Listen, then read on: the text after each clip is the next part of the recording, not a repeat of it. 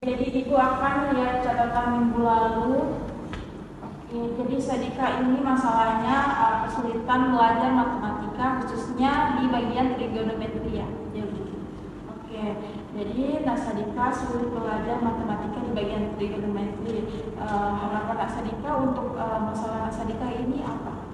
Harapan saya bisa mahir dalam matematika khususnya pada bagian trigonometri, Bu. Jadi harapan Sadika dan tujuan dalam penyelesaian masalah Sadika ini apa? Jadi harapan saya bisa lebih mahir dalam bidang matematika, Ibu, terutama di bagian trigonometri.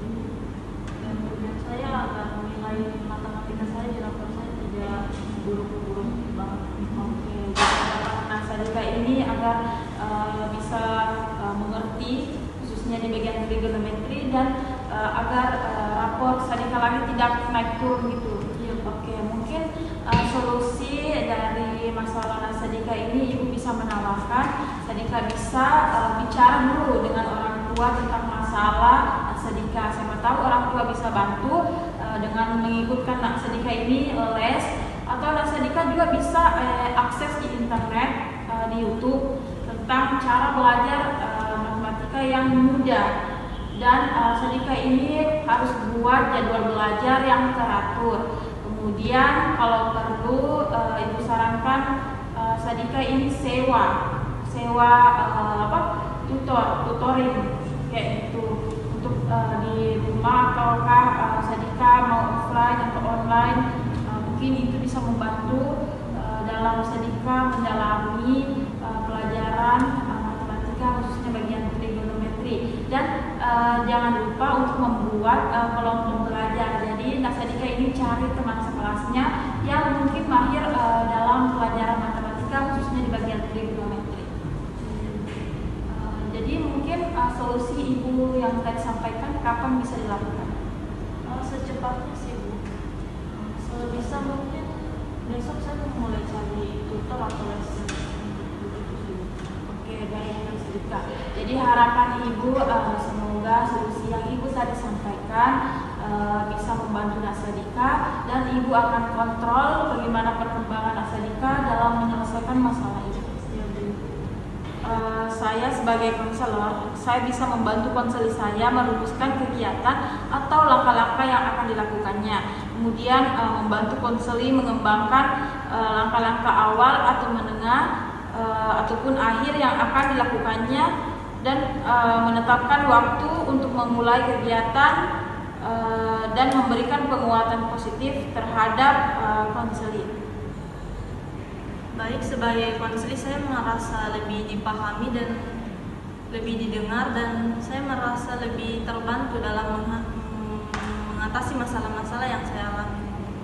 Baik, dalam video kali ini saya sebagai observator menilai dalam video ini di mana konselor dapat membantu konselin merumuskan kegiatan atau langkah-langkah yang akan diambil, dan juga di mana konselor membantu konselin mengembangkan langkah-langkah awal, menengah, dan juga akhir yang akan dilakukan, seperti memberikan solusi-solusi terbaik kepada konselin. Dan juga konselor dapat membantu konselin menetapkan waktu untuk memulai kegiatan langkah awal tersebut sampai akhir, dan juga di mana konselor dapat bersama konselin menetapkan waktu pertemuan untuk melihat perkembangan langkah-langkah yang dilakukan oleh konselin itu sendiri. Dan yang terakhir, konselor dapat memberikan penguatan positif kepada konselin.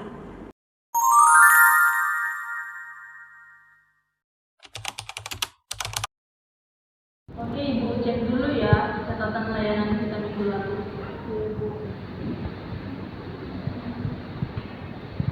Oh, jadi masalah Nak Alifka ini, orang tua Nak Alifka tidak mengizinkan Nak Alifka untuk mengikuti ekskul paski karena masalah kesehatan Nak Alifka, dan lebih memilih Nak Alifka untuk fokus ke pendidikan saja.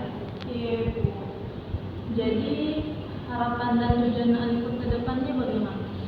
Harapan saya, Bu, mudahan orang tua saya bisa mengizinkan saya untuk ikut organisasi paski, Bu, dan mudah-mudahan juga orang tua saya bisa mendengarkan keinginan saya, Bu, Baru kalau misalnya tujuan saya Bu, mungkin bisa mengatur waktu saya Bu untuk lebih fokus ke akademik juga dan juga organisasi. Oke, solusi yang bisa Ibu berikan, mungkin Alifka bisa terus mencoba membujuk orang tua Alifka kalau ada waktu-waktu yang pas. Terus Ibu juga akan membantu untuk bicara langsung ke orang tua Alifka agar mengizinkan Alifka untuk masuk ekskul paski. Nah, Alifka juga bisa menunjukkan kepada orang tua Alifka kalau Alifka bisa mengelola waktu Alifka dengan baik agar pendidikan Alifka tidak terbengkalai. Dan tapi orang tua Alifka tetap tidak ingin Alifka untuk masuk organisasi paski, mungkin Alifka bisa mencari organisasi lain yang juga sesuai dengan minat dan bakat Alifka. Nah, harapan Ibu, solusi yang Ibu berikan ini bisa membantu Alifka untuk kedepannya. Jadi bagaimana dengan solusi yang Ibu berikan? Apakah Alifka setuju? Ibu, nanti saya akan menerapkan solusi Ibu seperti berbicara dengan orang tua saya dengan baik lagi agar diizinkan. Kalau misalnya diizinkan, mungkin nanti saya cari lagi organisasi lain dulu yang bisa diizinkan oleh orang tua. Ya. Jadi kapan Alifka akan mulai menerapkan solusi-solusi yang Ibu berikan tadi?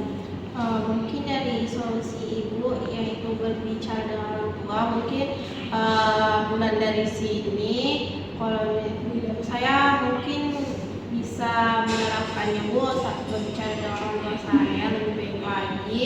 Dan kalau misalnya orang tua masih tidak mengizinkan karena kondisi saya sendiri Bu, mungkin nanti saya cari informasi tentang organisasi lain Bu, tentang kemampuan saya selain organisasi paski.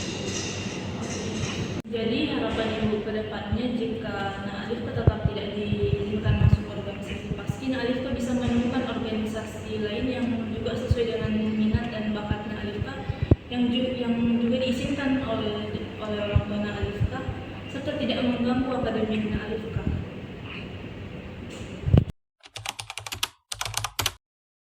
Sebagai konselor, saya berhasil membantu konseli mengembangkan langkah-langkah awal, menengah, dan akhir yang harus dilakukan oleh konseli untuk menyelesaikan masalah yang dihadapinya, dan menetapkan waktu pertemuan untuk memonitori langkah-langkah tersebut.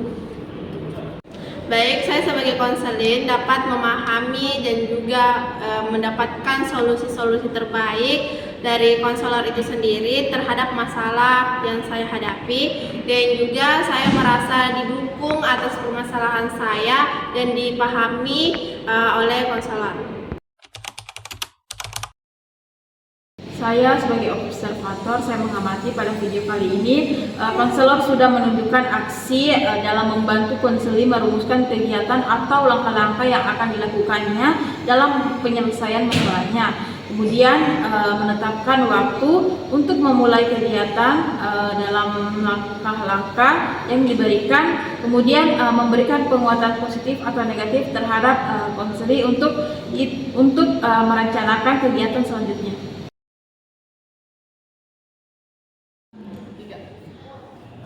Oke, Ibu lihat dulu terlebih dahulu catatan Novi pertemuan minggu lalu. Di sini Ibu lihat bahwa catatan Novi itu ada masalah tentang kurang percaya diri terhadap berbicara di depan umum ya. Iya Bu, betul. Jadi saya kurang percaya diri untuk bicara di depan umum. Jadi sebelum itu Ibu mau bertanya dulu sama Nak Novi, harapan dan keinginan Nak Novi ke depannya tentang permasalahan Nak Novi ini mau seperti apa? Oke Bu, jadi harapanku itu supaya saya bisa bicara dengan pede Bu ketika saya berbicara di depan umum dan banyak orang, supaya saya juga bisa mengembangkan ide-ide yang ada di pikiran saya tanpa takut diketahui sama teman-teman Bu. Dan saya harap saya terus berlatih untuk mengembangkan lebih lanjut tentang keterampilan berbicara di depan umum tanpa rasa gugup. Nah, Novi di sini merasa gugup ya, ketakutan saat berbicara di depan umum. Iya. Nah, di sini Ibu mungkin memberikan sebuah solusi atas masalah Nak Novi. Mungkin yang pertama itu Nak Novi bisa sebuah kelompok seperti mengajak teman-teman Nak Novi bisa berbicara di depan teman-teman Nak Novi untuk mengatasi masalah Nak Novi. Baru yang kedua, kalau Nak Novi masih agak merasa gelisah ataupun merasa bahwa malu ya berbicara di depan teman-teman Nak Novi bisa minta tolong dengan keluarga Nak Novi seperti ibu Nak Novi, ayah, adik-adik Nak Novi di rumah untuk bisa berbicara di depan mereka. Tapi kalau misalnya hal itu masih membuat Nak Novi gelisah bahwa takut berbicara di depan mereka, Nak Novi bisa pertama kali untuk mengatasi tersebut dengan berbicara di depan cermin, melihat Nak Novi sendiri di depan cermin kalau misalnya takut melihat orang lain. Oke, baik Bu. Saya rasa cukup membantu sih. Akan saya coba. Jadi tadi Ibu telah memberikan beberapa solusi untuk Nak Novi untuk mengatasi masalah kurang percaya diri berbicara di depan umum. Tapi mungkin Ibu bertanya lagi sama Novi, kapan ingin melaksanakan atau menjalankan solusi-solusi yang Ibu berikan? Oke Bu, menurut saya secepatnya Bu, kalau bisa sebulan dari ruangan ini. Jadi sebulan dari ruangan ini ya? Ya Bu. Nah, jadi mungkin Ibu akan mengatur waktu untuk Nak Novi ke depannya untuk melihat perkembangan Nak Novi atas permasalahan kurang percaya diri untuk berbicara di depan umum. Nah, harapan Ibu juga ke depannya mudahan Nak Novi menjadi lebih baik lagi untuk mengatasi setiap masalah Nak Novi dan terus berlatih terhadap masalah ini. Dan mudahan Nak Novi bisa lebih percaya diri lagi ke depannya untuk berbicara di depan umumnya. Amin. Terima kasih banyak Bu. Ya, sama-sama. Baik, di sini saya sebagai konselor dapat memahami konseling terhadap apa tujuan dan keinginan konseling ke depannya dan dapat memberikan solusi terbaik atas permasalahan yang telah terjadi pada konseling itu sendiri dan juga bisa membantu mereka untuk mengatur waktu untuk mengatasi masalah tersebut dengan solusi-solusi yang telah saya berikan dan memberikan kata-kata positif untuk membantu dan juga memberikan semangat kepada konseling itu sendiri. Saya sebagai konselor, saya bisa menetapkan waktu untuk melaksanakan solusi yang diberikan oleh konselor dan saya merasa kuat menghadapi masalah yang saya hadapi dan dapat mengontrol sejauh mana saya berlatih untuk menyelesaikan masalah saya. Hasil pengamatan saya sebagai observator adalah konselor berhasil membantu konseling merumuskan kegiatan atau langkah-langkah yang akan dilakukan, mengembangkan langkah-langkah yang akan dilakukan, dan menetapkan waktu untuk memulai langkah-langkah. Konselor juga berhasil menetapkan waktu pertemuan untuk memonitoring langkah-langkah yang telah dilakukan konseling. Konselor juga memberikan penguatan positif terhadap konseling dalam rancangan kegiatannya.